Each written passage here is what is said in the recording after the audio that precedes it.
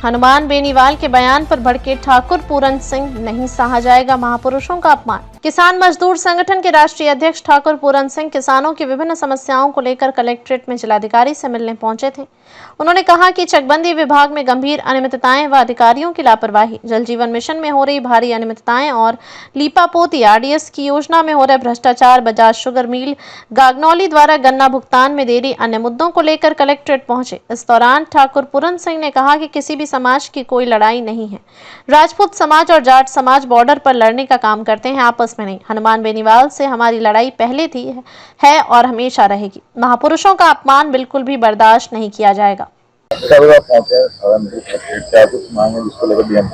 देखो, किसानों की लड़ाइयाँ है, रोज रोज नए मुद्दे हैं।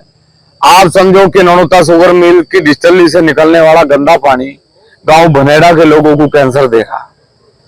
हिंडन नदी का पानी, चाहे महेशपुर हो, सिमलाना हो, चाहे वो चिराऊ हो, बेड़ा हो, सब लोगों को कैंसर दे रहा। मेरी लड़ाई लगातार रही कि 5-5, 5.5 हजार करोड़ रुपए का बजट नमामि गंगे के नाम पे, नदियों के नाम पे आप दें।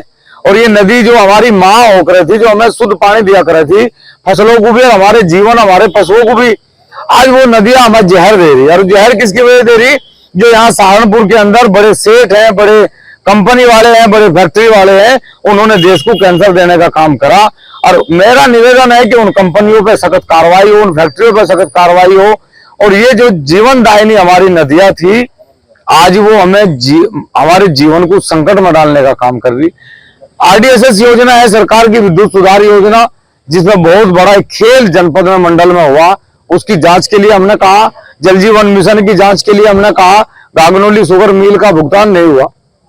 किसान 5-5 हजार रुपए में केबिल कट रहे और सरकार और अधिकारी ठंडे बस्ते में डाल के बैठे, कह रहे कि भाई ये भी हो गया, वो भी हो गया, लेकिन भुगतान नहीं है, जिसके कारण किसान के बच्चे स्कूल की फीस, घर का सामान लाने से भी वंचित हैं। इन्हीं सब विषयों में जिलाधिकारी साहब के साथ बैठकर वार्ता हुई और वार्ता में ये कहा कि 8 दिन के अंदर इन सभी समस्याओं के लिए एक कमेटी गठित करके काम करा जाएगा। नहीं होगा तो फिर आंदोलन।